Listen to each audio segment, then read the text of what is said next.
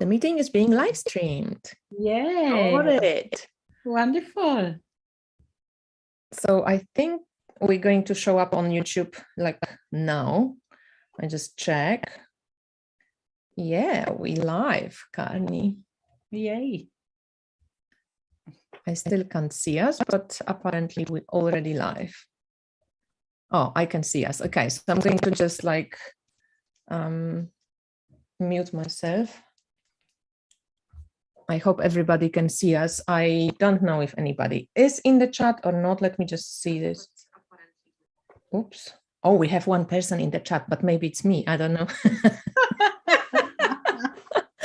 We still have 3 minutes to go.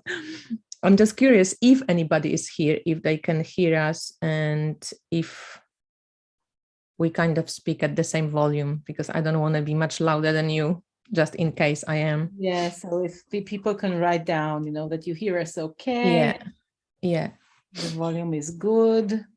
It's so weird to look at the YouTube replay because it's delayed. Yeah. So whatever we're doing now, you kind of like in the future and suddenly like looking at YouTube screen. And oh, there's a couple of people there. Can anybody let us know if you can guys hear us, please, in the chat? And let me know if I'm not shouting, please. And if myself and Carney sounding okay. And if Carney, we're say looking something. good, the important things. Yeah. Well, I can see 5 people, but nobody's writing anything. Anyway, I think we're going to just go, Carney. I'm sure at some point, if nobody can hear us, people will let us know. Yes. Right? Yes. So I said 7 p.m. It's 2 minutes to 7. Yeah. So introduce yourself. So I have an idea of how to introduce and use well the 2 minutes, because maybe I'll take a card from the astrological cards. Perfect. Draw us a card for today. A good way to spend time, in a productive way. So just, so you have the deck as well, right? It's I do. I love the deck. Recently, I showed it off in one of my whatever videos, like favorite of the month or one of the collective ones when I show decks that I use or something. Great. Came up. Okay, so 2 cards came, which is really, I love it. I love it. I love it. I love it. I love it. Okay, so 2 cards came, and it's interesting. So these are the astrological cards I've created almost 10 years ago, which is amazing.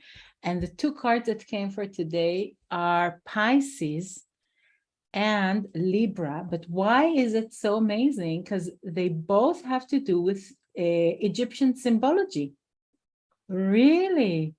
Okay. So if we're just going to the simple reading, then Pisces always tells us to slow down.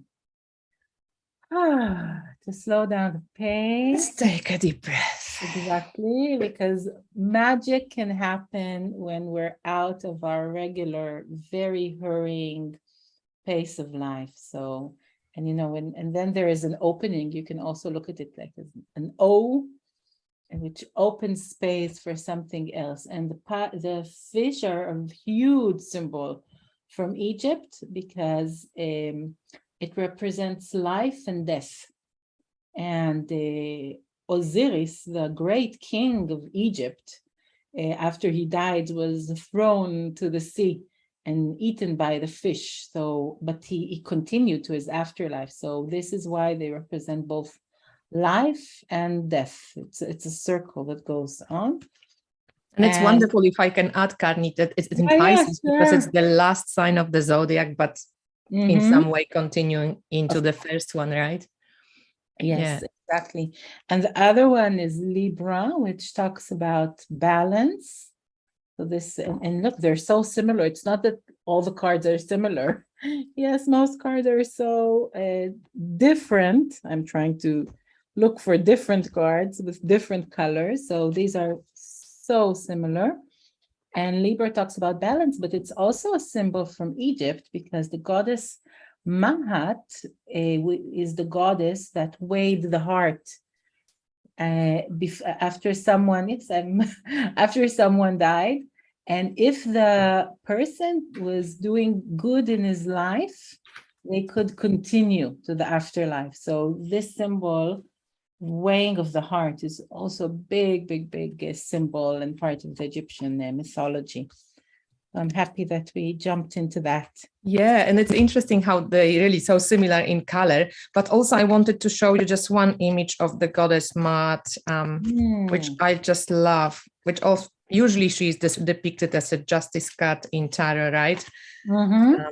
Because she weighs, your heart against the feather. But of course, she's going to probably be the last card as usual when you look. Well, the star is nice, just going, like as an Aquarius. But let me just look for Ma'at because she's my favorite in this one. Look how like unusual depicted, because usually she's so serious and here she's so full of life and so vivacious, and I just love this card. This is from the actually Ma'at tarot. Amazing. Yeah. Wow. Oh, look at this Ace of Wands also. Ooh. So I'll also show a card from my deck as well, which is the Key. I love this card. Yes. It's I think it's one of my favorite cards in the deck right now because it changes. Yes. So mine too, and really talks well. When we start, I think we can officially start. I'll explain more about the Sphinx and its secrets, maybe. Yes, we have a couple of people, and we are heard. People can hear us. So welcome, everyone. Today I'm joining. I'm joined. I am joined you by. Invited me. I invited Karni Zor. If you have been watching my channel for a while, you probably remember Karni. Karni is an astrologer. She's a crazy person in the good sense. Karni has opened. She has many loves. Astrology is her love. She created this wonderful deck of astrological cards, which also you can see a review of it on my channel, and I post with the cards as well. She's written a couple of books. This one wonderful for people who are interested in astrology, because she goes into like roots of astrology and like this magical resonance that we have with the stars. And then, as a crazy person as she is and magically enchanted, she opened a travel business in 2020. Yes. In COVID times, in the midst of COVID. And actually, she managed to take people over the 2 years when most of the countries were somehow, opened themselves only for a couple of months.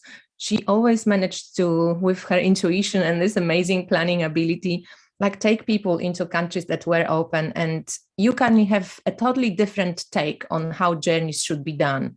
Yeah. And I would love you to tell us about it, because I think, I support my friends, but if you just my friend, like stuff that you do, but I think this is really important, and I would like to spread the word about it, because we know what tourism, like stupid plastic tourism, can do. And I think we can make tourism better, because everybody wants to see the world and places, but maybe having a little bit of different approach to how we travel would be like and you have a different approach. So tell us about it.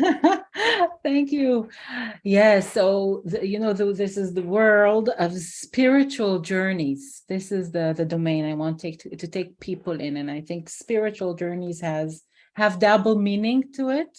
Usually you can just do a meditation and have a spiritual journey and see things. What about doing that in actual life? And I've been traveling quite a lot before I officially opened my company, which is Mithra, and I call it transformative retreats, because I'm really against like organized tours and, go and see a lot and, visit many places at one time. This is not the attitude. First of all, I take people to very esoteric and unique places like Egypt, like Peru, Costa Rica, Greece, Italy, and each journey is a whole combination of workshops and tools of how to really experience different places on Earth. So I really teach people during the journeys how to connect to nature, how to connect to the essence of the place. You know, if you're going into an ancient temple, you don't just want to see the relics. You want to get into a meditative state and realize how it was for the ancient people to be there and reconnect to the gods. Imagine going to the temple of Thoth, the god of wisdom, and allowing yourself to receive wisdom, yes, and coming from where the ancient Egyptians came from when they went into the temples, from the place of holiness and wanting to be in connection to the gods and to the spirits. So it's very, at least very... how we imagine they did things, because who knows? Oh, no. So this is the thing that I really try to give people tools to feel the essence of the place, to feel how it was in ancient times.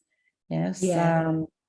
I always love to imagine humans as we are, like, you know, the sacred places are like acupressure points. And when we walk, we like activate not only the points, but also ourselves through connection to the points. Yes. I love your example. It's really right. And also, I think that there are secret gates to places. You know, you can walk into a place and not really be there.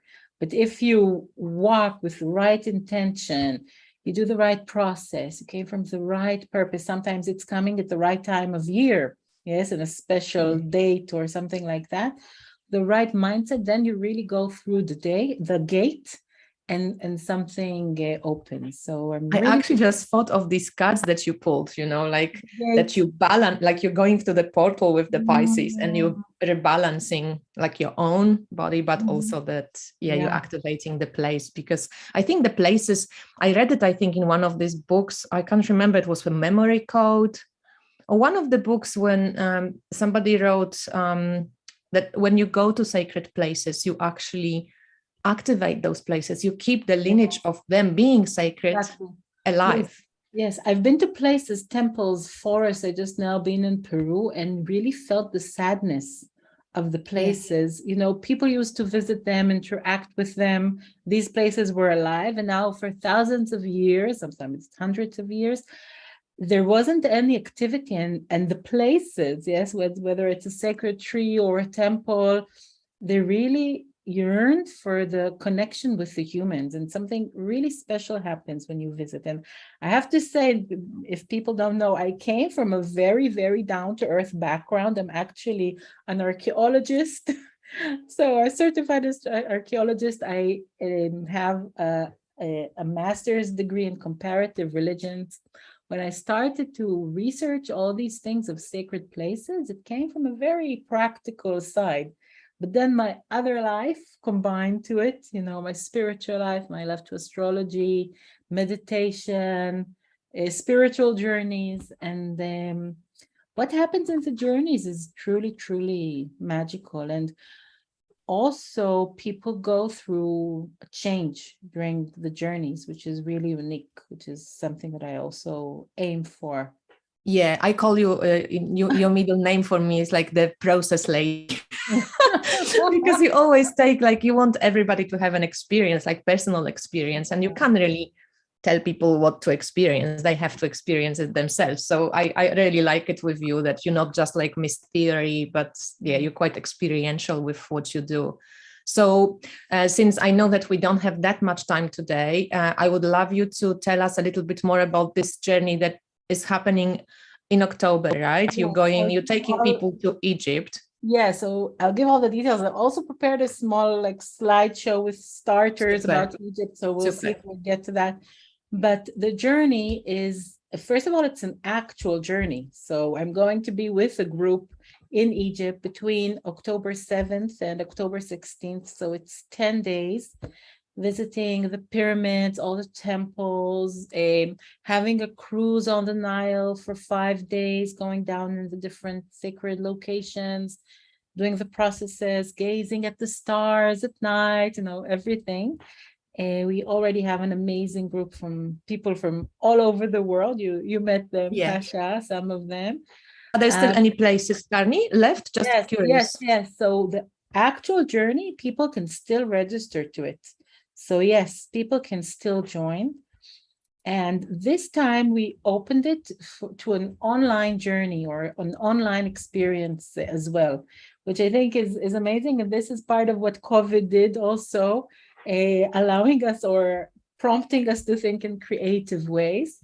The idea of an online journey started during COVID, where when I did an online journey here in Israel, I actually live in Israel.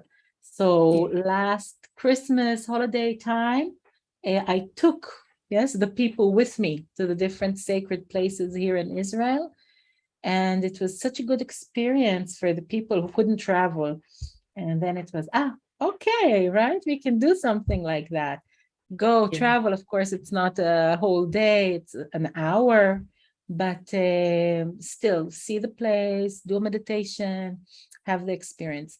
So this is where the idea of online spiritual journeys came from. I also did one when I was in Peru, but it was only in Hebrew because we had an Israeli group, but it was very successful.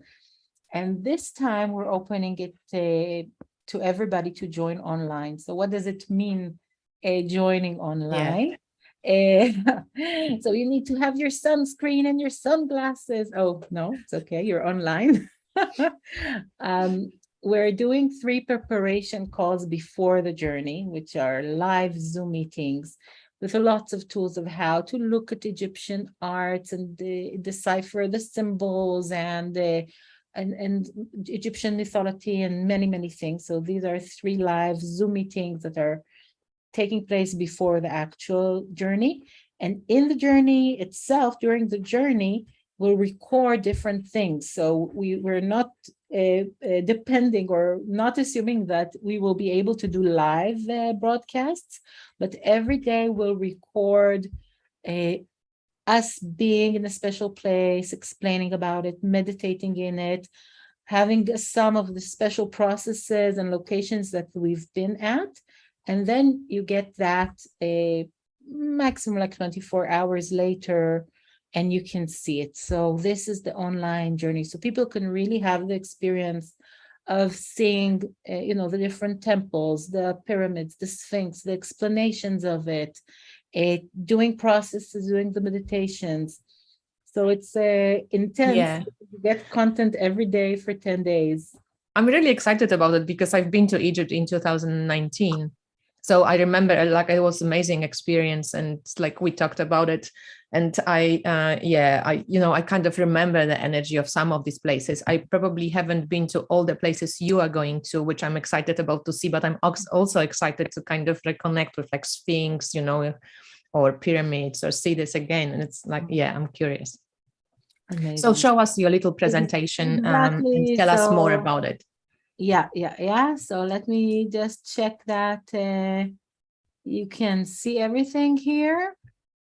Yeah, the pyramids, I have to say personally, the Sphinx and the pyramids, that was like one of the most magical experiences I had. To me, probably the experience at the pyramids was the volume, if I was to judge, the most amazing experience, more amazing that Karnak Hatshepsut temple, what to me also pretty incredible. Like I just had some amazing energy, felt some amazing energy there, and it's so majestic and so modern. But when you think when it was built, it's crazy. It's really, and we don't really know when it was built, right? So our usual archaeology will say 5,000 years ago, and you look around 5,000 years ago, there was nothing similar to that in any other culture. There weren't actually any other cultures during that time. The whole other places, had tents usually, some beginnings of small cities and so on. The mathematics of it, the enormity of this thing. And, when you go into other theories, you see that it might have been even much earlier than that. And it's a huge, huge riddle, and we want to be there, stand in that place, and ask ourselves, what is it? Who created it? What does it say? So, of course, when you think about Egypt, you have to think about the pyramids. Just a view to understand how enormous they are. This is the city back here. So in this vacancy, you can see how huge. Yes, it's like such a big structure, and again the accuracy, the mathematic accuracy, which is undeniably, there is something purposeful in here and powerful in here, the sacred geometry at play. So of course, when we'll be in Egypt, we'll start in Cairo, we'll be at the pyramids, we'll also end our journey in the pyramids in Cairo. So this is of course a big thing. No, we've been there. And the riddle of the Sphinx, yes, the amazing creature. Everybody talks about the lion with the head of the man, but it actually holds in it the 4 sacred animals. Yes, because it had the wings of an eagle and the tail of a bull, and it's the 4 elements at play. And of course, with the head of the pharaoh, with his hat that represents always kind of spiritual development. When we see different hats in Egypt, they symbolize a mental development. And of course, the pyramids are aligned exactly mathematically as the belt of Orion. So Orion is the constellation, a big, big constellation in the skies. These are the 4 major stars of it, and in the middle there is the belt, and the proportions are really exact. So this again talks about the connect and how Egyptians perceived their life.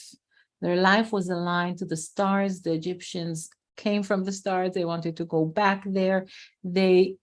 Part of the pyramids is the reminder or connecting to the essence of Orion belt. And this is something that we'll go into, yes, because part of my love of astrology has to come in when we're visiting Egypt. We talk about the pyramids in Giza, which is up north Egypt, but of course there are the temples, Luxor area, enormous monuments to the gods, full of statues, full of symbols. Everything here has a meaning. This is something that will go into it. If you see here, like the hats or the way the people sit. Yes, just from here you can see the hat of Hathor, which is a cow goddess. So when you learn how to read the language, and you walk into a whole world, and many things open before you. The famous kings of Egypt. So everybody knows about Tutankhamun because his tomb was one of the only one that was found with gold and treasures. But there's so many interesting figures like Akhenaten, which people say, he was maybe an alien. He came from totally other place, and his head and body were different. Nefertiti, the beautiful goddess. So there's so many, historical figures to talk about. The symbology, which is all around this Egypt. Everything was purposeful. Everything had a meaning, and we'll try to go into that also in the journey. And many people just think about Egypt, but they don't know that astrology began in Egypt, mathematics began in Egypt, engineering, science, medicine, makeup began in Egypt, jewelry, art, beer and wine. Do you write beer like that, or is it EE? Never mind. So yeah, it's EE because this is like bear and wine. Yeah, sorry, beer, beer and wine. All the important things started in Egypt. So And of course, the mythology. And when you think about it, think about the culture that continued without any change for 3,000 years. Okay, it's such a huge impact. It's something very, very big that impacted history. And what makes, culture stay for such a long time, sort of really strong, powerful, long lasting in Egypt. It affects us till today. So this is it's huge. I can't wait to go there, and then with the group and have the experiences there. I just want to share for people this one picture from the pyramids, just to see. So that's me, and that's the middle pyramid, the one with the lime cone on top. That's still left, so you can see how huge this is. It's incredible. Okay, so with the journey, online journey, because I'm interested in it. So. I know. I mean, people, if they want to find out about the life opportunity, I will link it below in the description box. They can check it out. But with the online, can you maybe so we are going to be doing 3 meetings also. One meeting was already, it's already happened, but mostly it was introduction. So I think people didn't miss too much. They will get the recording anyway, but then there will be 2 more meetings for us to experience a little bit more information about the culture itself. Yes. So there are 2 live Zoom meetings yet to come. I think it's September 10th and October 2nd, an hour and a half each with the team. I have to say I have a team. It's not only me leading the journey. I'm also going with Gafnit Salvi, which is an amazing educator here from Gafnit. From Israel, and with another friend, which is originally from Lebanon and now is from Germany, which is amazing, and she's also an archaeologist and photographer. So we 3 together lead the journey. Very, very exciting. So live journey, the online journey, first of all, it's really not expensive. I have to say that because we wanted everybody who wants to join. So I think it's $200 is something which everybody can afford for such an experience. And we'll have 2 live Zoom meetings out of the 3. So the first was introduction. People will get it automatically as they register. They will be able to see the first meeting. The second 2 meetings will have lots of insights about Egypt, the culture, the mythology, some exercises people can experience, general tools about how to visit places and really feel the essence of them, which is also important. And you can take these tools and travel anywhere in nature and have a different experience. So this is another thing. And then during the journey itself, from October 7th till the 16th, almost every day, you'll get, half an hour of content, our visits to different places. If you'll do an exercise, a meditation, you'll get it so you can do it on your own. And will you share a little bit of the information from the place that you're giving to people live there, or is it more? Yes, exactly. So we're going to record all the important things. So we won't take you into the restaurants and 5 hours of Nile cruise, but everywhere we'll be, we'll record the explanations, whether it's by us or the local guide. So you'll get the place and the explanations. If we'll do a meditation, you'll get the recording of the meditation. So you'll be able, to do it on your own time. Or if it's an exercise or an insight that comes. So every day you'll get the journey, the highlights of the journey with all the important things. Yeah, that's really great, because also many people cannot travel now, or we're still a little bit insecure about can I fly now? Will I be able to come back now? Depending on the crazy, I don't know, airport strikes in Europe or something, things are happening. But this is a fascinating opportunity. And in some way, thanks to COVID, that that's possible, because Yeah, that you know, opened the before 2020 people would just go, are you crazy, you know, who does that? Nobody will.